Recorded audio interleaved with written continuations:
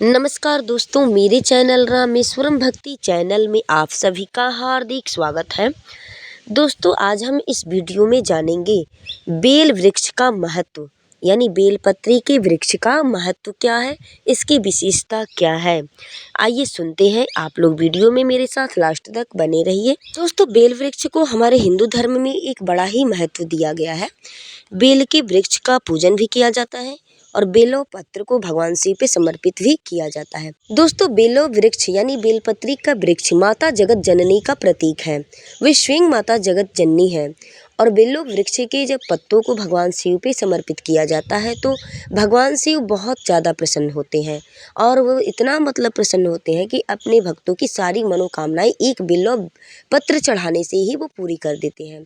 हमारे भगवान शिव इतने भोलेनाथ हैं, इतने भोले हैं कि कहा जाता है कि एक लोटा जल सारी समस्याओं का हल, यानी एक लोटा जल भी अगर आप भगवान शिव को समर्पित करते हैं दोस्तों, एक लोटा जल से ही भगवान शिव बहुत प्रसन्न हो जाते हैं, अपने भक्तों की सारी मनोकामनाओं को वो पूर्ण करते हैं।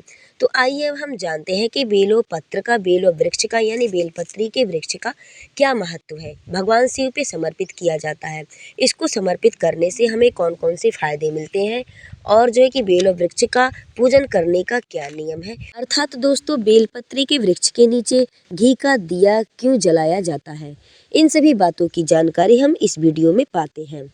नंबर 1 है कि जैसे कि आप बेल के पेड़ के नीचे अगर आप सोमवार के दिन घी का दीपक जलाते हैं, आपको नियमित 5 सोमवार करने हैं। अगर आप प्रतिदिन यानी हमेशा अगर करें कि सोमवार के दिन घी का दीपक आप बेलो वृक्ष के नीचे अगर लगाते हैं तो इससे क्या होता है कि माता लक्ष्मी बहुत प्रसन्न होती है और माता जगत जननी भी प्रसन्न होती है।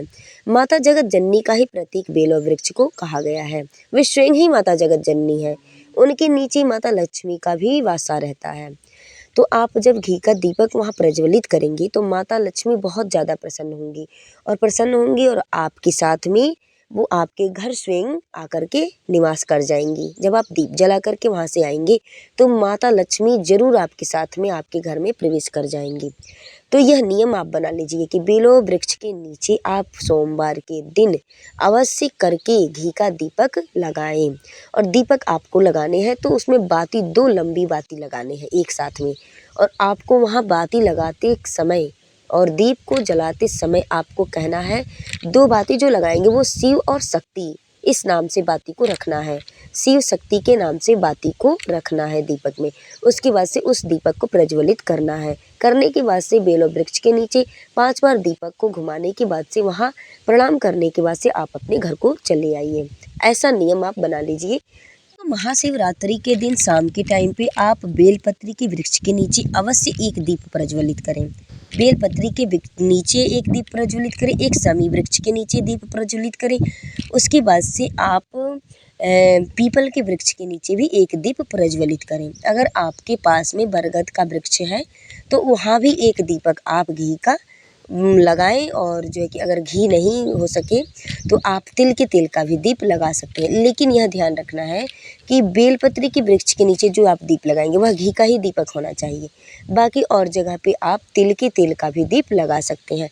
दोस्तों, जैसे कि बरगद के वृक्ष को, बरगद के पेड़ को त्रिमूर्ति देव कहा गया है। वहाँ जो है कि तीनों देवता निवास करते हैं। ब्रह्मा विष्णु महेश यानी शंकर जी का भी बरगद के वृक्ष में वासा रहता है। तो वहाँ भी आप एक दीप प्रज्वलित करें महाशिवरात्रि के दिन। इससे आपको बहुत ही ज़्यादा शुभ प्रभाव देखने को मिलेगा, शुभ फल मिलेगा।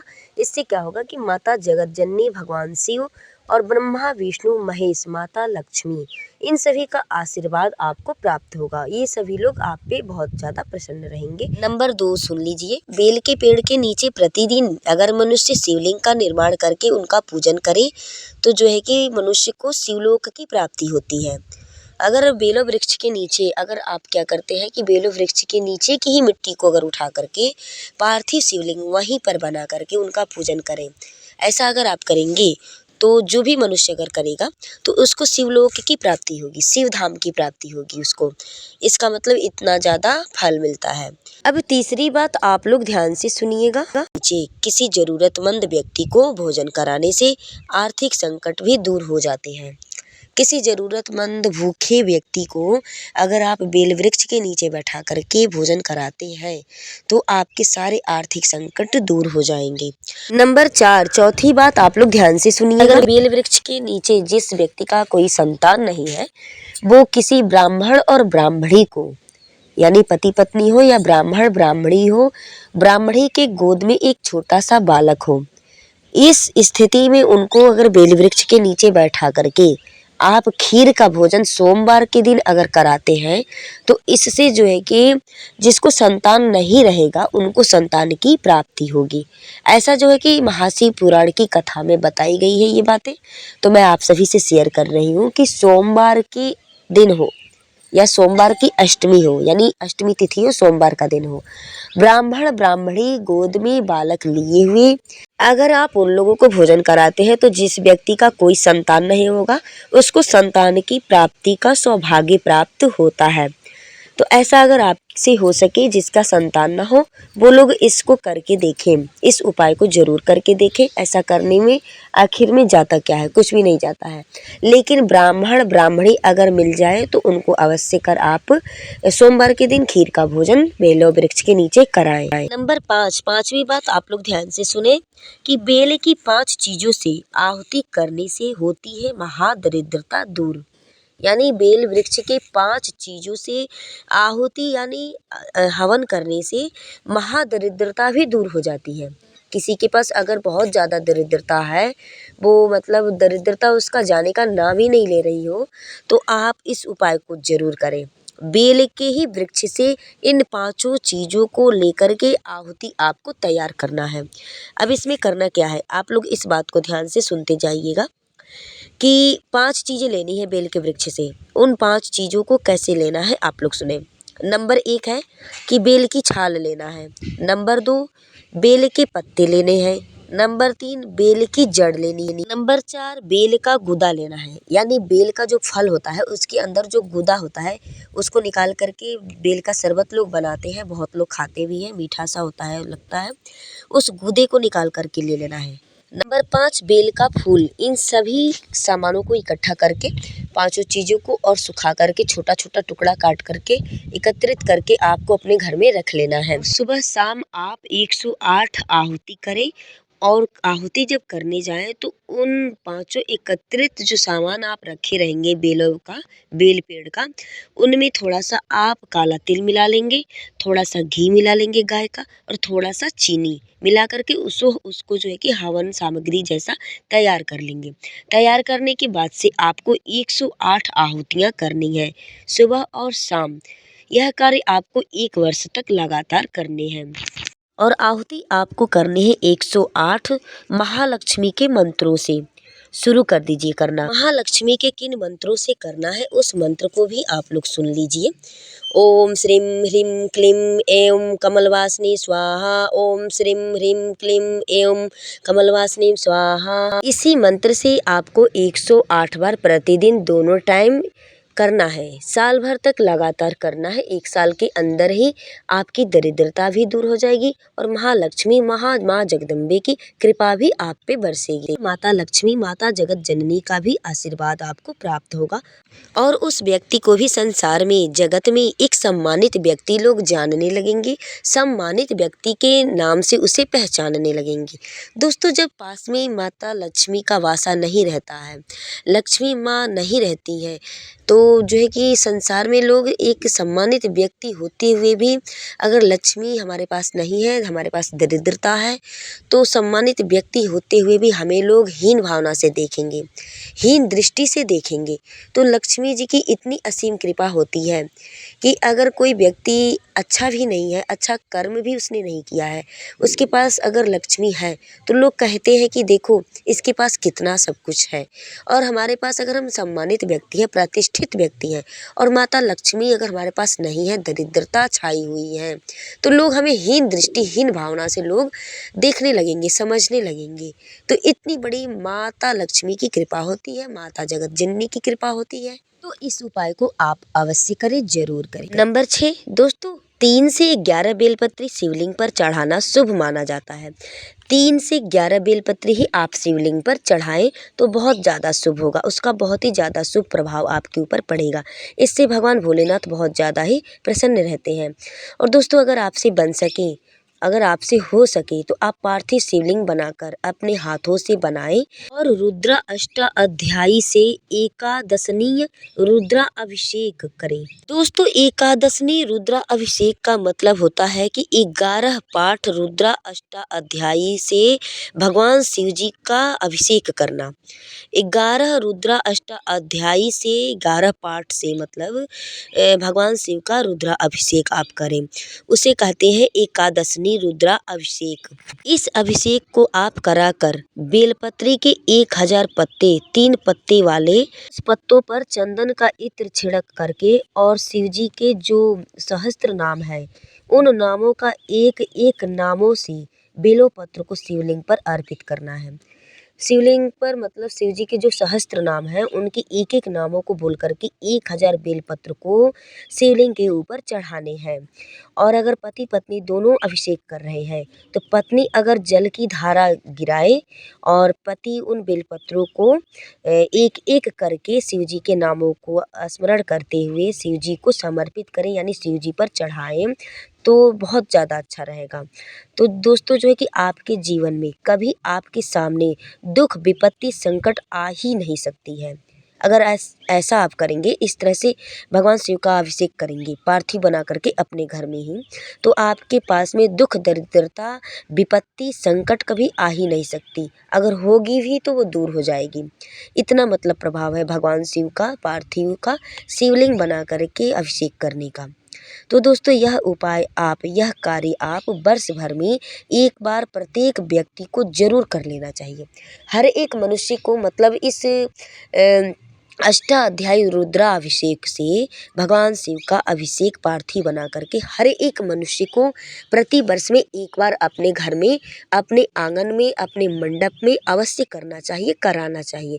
किसी विद्वान पंडित को लेकर के, विद्वान पंडित के द्वारा इस कार्य को आप अपने घर में मंडप में जरूर कराएं। इससे मंडप में भी अगर जो कि अशांति रहेगा, नकारात्मक ऊर्जाएं जो रहेंगी सब समाप्त हो जाएंगी। भगवान भोलेनाथ की बहुत बड़ी कृपा है। भगवान भोलेनाथ तो ऐसे हैं कि कालों के काल महाकाल, कालों की काल महाकाल, काल को भी टालने वाले हैं भगवान भोलेनाथ।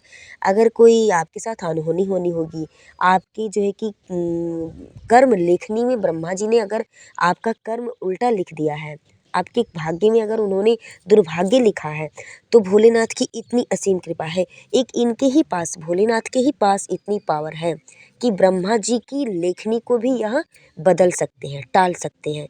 ऐसा जो है कि महाशिव पुराण की कथा में बताया जाता है। शिव महापुराण की कथा को सुनकर भी आप समझ सकते हैं इन सारी बातों को। इस कार्य को, इस उपाय को, इस अभिषेक को जो है कि हर एक व्यक्ति को वर्ष भर में एक बार जरूर करना चाहिए।